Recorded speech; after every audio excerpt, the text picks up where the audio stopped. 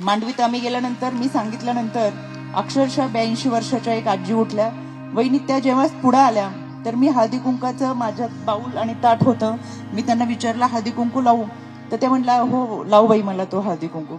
त्यांना मी हळदी कुंकू लावलं. त्यांनी सांगितलं मला जसं हळदी कुंकू लावतीयस तसंच माझ्या सुनाला सुद्धा लाव. माझी सून तिथं बसलीये. त्यांची सून सगळ्या गर्दीमध्ये खाली मान घालून रडत होती. मी जेव्हा सांगत होते तेव्हा त्या आजी म्हटल्या 45 वर्षापूर्वी माझ्या नवऱ्याचा मृत्यू झाला. या व्हिडिओचे सहप्रायोजक आहेत साई समर्थ डेव्हलपर्स, खात्रीशीर बांधकाम, विश्वसनीय व्यवहार. जय गणेश डेव्हलपर्स, बांधकाम क्षेत्रातील एक तरुण नाव. अंजनी लॉन्स मंगल कार्यालय, कोंडवे धावडे, पुणे. पार्किंग, जेवणाचा स्वतंत्र हॉल आणि वधूवरांच्या सुसज्ज खोल्यांसह बजेटमध्ये असलेले एकमेव खात्रीशीर मंगल कार्यालय. त्या आजी म्हटल्या 45 वर्षापूर्वी माझ्या नवऱ्याचा मृत्यू झाला. तेव्हापासून मी देवघरातल्या देवाची पूजा करून देवाला हळदी कुंकू लावते. मला इतक्या वर्षामध्ये कुणीही हळदी कुंकू लावलं नाही. पण 1.5 वर्षापूर्वी माझ्या मुलाचा सुद्धा मृत्यू झाला.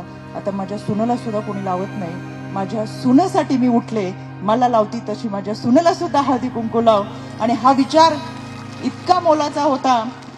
82 वर्षाच्या आजीनी उठणं आणि वर्षानुवर्ष जखडत आलेल्या रूढी परंपरेला बाजूला ठेवून त्या आजीनी सांगणं की मला लावतीस तसे माझ्या सुनेला सुद्धा लाव. आम्ही दोघी आमच्या देवघरातल्या देवाला हळदी कुंकू लावतो. आम्हाला कोणीही हळदी कुंकू लावत नाही. खरं तर हळदी कुंकू तिच्या जगण्याचा साज आणि सार असतो. तिची जगण्याची जिद्द असते, लढाई असते. पतीच्या निधनानंतर सुद्धा ती जर आयुष्य जगत असेल तर खऱ्या अर्थाने तिच्या शरीराचे सगळे अलंकार आहेत तसेच राहू द्यात. कपाळाच्या टिकलीला किंवा कुंकवाला बघून, हातातल्या बांगड्यांना, पायातल्या जोड्यांना बघून तिला जगण्याचं बळ येईल आणि येणाऱ्या सगळ्या संघर्षांचा सामना करत तिचं आयुष्य चांगल्या पद्धतीने जगेल.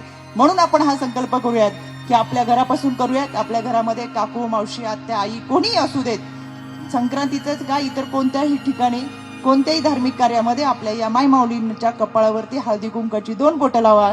त्यांना सोन्याचा साज किंवा हिऱ्या मोत्याचा दागिना सुद्धा लागणार नाही. ही 2 हळदी कुंकाची बोटं त्यांना जगण्याचं बळ देतील आणि हीच संकल्पना आपण पुढे घेऊन जाऊयात असं मला मनापासून वाटतं.